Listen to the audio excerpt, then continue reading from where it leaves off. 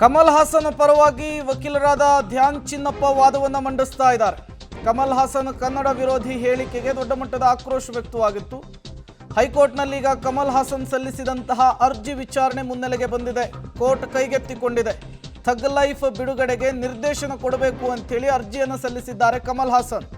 ಕಮಲ್ ಹಾಸನ್ ಪರವಾಗಿ ವಕೀಲರಾದಂತಹ ಧ್ಯಾನ್ ಚಿನ್ನಪ್ಪ ಅವರು ವಾದವನ್ನು ಮಂಡಿಸ್ತಾ ಇದ್ದಾರೆ. ನಾಳೆಗೆ ವಿಚಾರಣೆಯನ್ನು ಮುಂದೂಡುವಂತೆ ಸರ್ಕಾರಿ ಪರ ವಕೀಲರು ಮನವಿಯನ್ನು ಮಾಡಿಕೊಂಡಿದ್ದಾರೆ. ಕಮಲ್ ಹಾಸನ್ ಕನ್ನಡ ವಿರೋಧಿ ಹೇಳಿಕೆ, ಹೈಕೋರ್ಟ್ನಲ್ಲಿ ಕಮಲ್ ಹಾಸನ್ ಸಲ್ಲಿಸಿದಂತಹ ಅರ್ಜಿ ವಿಚಾರಣೆಯನ್ನು ಕೋರ್ಟ್ ಕೈಗೆತ್ತಿಕೊಂಡಿದೆ. ಕನ್ನಡಿಗರನ್ನು ಕೆಣಕಿರುವಂತಹ ನಟ ಕಮಲ್ ಹಾಸನ್ಗೆ ಇವತ್ತು ನಿರ್ಣಾಯಕ ದಿನ. ಕೋರ್ಟ್ ಯಾವ ರೀತಿಯ ಸೂಚನೆ ಕೊಡುತ್ತೆ, ಆದೇಶ ಕೊಡುತ್ತೆ ಅನ್ನುವಂತಹ ಕುತೂಹಲ ಇದೆ. ನಾಳೆಗೆ ವಿಚಾರಣೆಯನ್ನು ಮುಂದೂಡಿಕೆ ಮಾಡಬೇಕು ಅಂಥೇಳಿ SPP ಸ್ಪೆಷಲ್ ಪಬ್ಲಿಕ್ ಪ್ರಾಸಿಕ್ಯೂಟರ್ ಅವರು ಮನವಿಯನ್ನು ಮಾಡಿಕೊಳ್ತಾ ಇದ್ದಾರೆ. ಕನ್ನಡ ವಿರೋಧಿ ಹೇಳಿಕೆ ಕೊಟ್ಟಿದ್ದಕ್ಕೆ 2 ದಿನದಲ್ಲಿ ಥಗ್ ಲೈಫ್ ಸಿನಿಮಾ ರಿಲೀಸ್ ಆಗಲಿದೆ. ಅಂದರೆ ಜೂನ್ 5ಕ್ಕೆ ಸಿನಿಮಾ ರಿಲೀಸ್ ಸಮಯದಲ್ಲಿ ಈ ವಿವಾದ ಆಗಿದೆ. 2 ದಿನದಲ್ಲಿ ಥಗ್ ಲೈಫ್ ಸಿನಿಮಾ ರಿಲೀಸ್ ಆಗಲಿದೆ. ಈ ಸಂದರ್ಭದಲ್ಲಿ ಈ ವಿವಾದ ಆಗಿದೆ. ತ್ವರಿತವಾಗಿ ಇದನ್ನು ಬಗೆಹರಿಸುವಂತಹ ಕೆಲಸ ಆಗಬೇಕು ಅಂಥೇಳಿ ನ್ಯಾಯಾಧೀಶರ ಗಮನಕ್ಕೆ ತಂದಿದ್ದಾರೆ ಕಮಲ್ ಹಾಸನ್ ಪರ ವಕೀಲರಾದಂತಹ ಧ್ಯಾನ್ ಚಿನ್ನಪ್ಪ ಅವರು.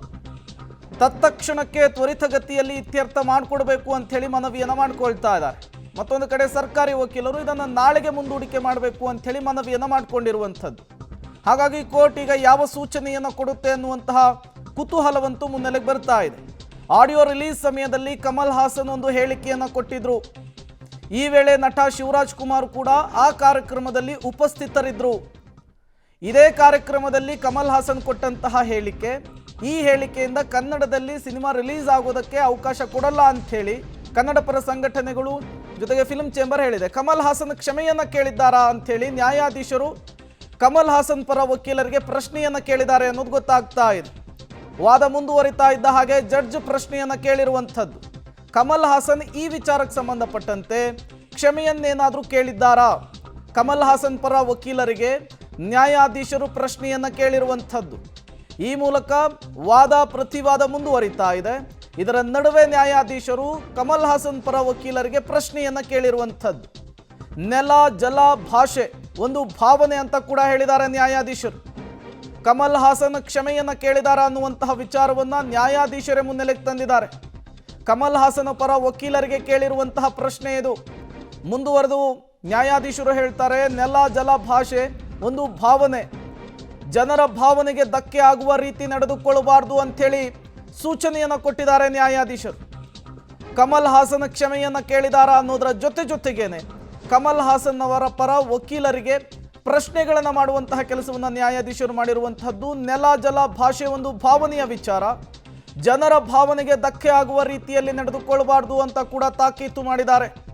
ಹಾಗಾಗಿ ಜನರು ಏನು ಕೇಳ್ತಿದ್ದಾರೆ ಅಂತ ಕೂಡ ನ್ಯಾಯಾಧೀಶರು ಕೇಳಿದ್ದಾರೆ ಅನ್ನೋದು ಗೊತ್ತಾಗ್ತಾ ಇದೆ. ಜನರು ಕೇಳ್ತಾ ಇರೋದು ಕ್ಷಮೆ ಅಲ್ವಾ, ಕ್ಷಮೆ ಕೇಳಲಿ ಬಿಡಿ, ಅದರಲ್ಲೇನು ತಪ್ಪು ಅನ್ನುವ ಅರ್ಥದಲ್ಲೂ ಕೂಡ ಈಗ ನ್ಯಾಯಾಧೀಶರು ಮಾತನಾಡಿದ್ದಾರೆ ಅನ್ನೋದು ಗೊತ್ತಾಗ್ತಾ ಇದೆ. ಕಮಲ್ ಹಾಸನ್ ಪರ ವಕೀಲರಿಗೆ ಜಡ್ಜ್ ಕಮಲ್ ಹಾಸನ್ ಹೇಳಿಕೆಯ ವಿಚಾರಕ್ಕೆ ಸಂಬಂಧಪಟ್ಟಂತೆ ಒಂದಿಷ್ಟು ಪ್ರಶ್ನೆಗಳನ್ನು ಮುಂದಿಡ್ತಾ ಇರುವಂಥದ್ದು. ಕ್ಷಮೆಯನ್ನ ಕೇಳಿದ್ರೆ ಕಮಲ್ ಹಾಸನ್ ಏನು ಕಳೆದುಕೊಳ್ತಾರೆ ಅಂಥೇಳಿ ನ್ಯಾಯಾಲಯ ಕೇಳಿದೆ. ಕ್ಷಮೆಯನ್ನ ಕೇಳಿದ್ರೆ ಕಮಲ್ ಹಾಸನ್ ಏನು ಕಳೆದುಕೊಳ್ತಾರೆ? ನ್ಯಾಯಾಧೀಶರೇ ಕೇಳಿರುವಂತಹ ಪ್ರಶ್ನೆ ಇದು. ಕಮಲ್ ಹಾಸನ್ ಪರ ವಕೀಲರಿಗೆ ಕೇಳಿರುವಂತಹ ಪ್ರಶ್ನೆ. ಯಾವುದೇ ಕಾರಣಕ್ಕೂ ನಾನು ಕ್ಷಮೆ ಕೇಳಲ್ಲ ಅಂಥೇಳಿ ಉದ್ದಟತನವನ್ನು ಪ್ರದರ್ಶನ ಮಾಡಿದ್ರು. ಕಮಲ್ ಹಾಸನ್ಗೆ ನೀವೇನು ಭಾಷಾ ತಜ್ಞರ ಅಂಥೇಳಿ ಕೂಡ ನ್ಯಾಯಾಧೀಶರು ಪ್ರಶ್ನೆಯನ್ನು ಮಾಡಿದ್ದಾರೆ. ಕ್ಷಮೆ ಕೇಳಿದ್ರೆ ಕಮಲ್ ಹಾಸನ್ ಏನು ಕಳೆದುಕೊಳ್ತಾರೆ? ಜನ ಕೇಳ್ತಾ ಇರೋದು ಕೂಡ ಕ್ಷಮೆಯನ್ನೇ ಅಲ್ವಾ? ಜೊತೆಗೆ ಕಮಲ್ ಹಾಸನ್ ಭಾಷೆಯ ವಿಚಾರಕ್ಕೆ ಸಂಬಂಧಪಟ್ಟಂತೆ ಮಾತನಾಡಲಿಕ್ಕೆ ಅವರೇನು ಭಾಷಾ ತಜ್ಞರ ಅಂತ ಕೇಳಿದ್ದಾರೆ. ಕಮಲ್ ಹಾಸನ್ಗೆ ನೀವೇನು ಭಾಷಾ ತಜ್ಞರ ಅಂಥೇಳಿ ನ್ಯಾಯಾಧೀಶರು ಪ್ರಶ್ನೆಯನ್ನು ಮಾಡಿರುವಂಥದ್ದು. ನೀವೇನು ಇತಿಹಾಸಕಾರರ ಅಂತ ಕೂಡ ಜಡ್ಜ್ ಖಡಕ್ಕಾಗಿಯೇ ಪ್ರಶ್ನೆ ಮಾಡಿದ್ದಾರೆ ಅನ್ನೋದು ಗೊತ್ತಾಗ್ತಾ ಇದೆ.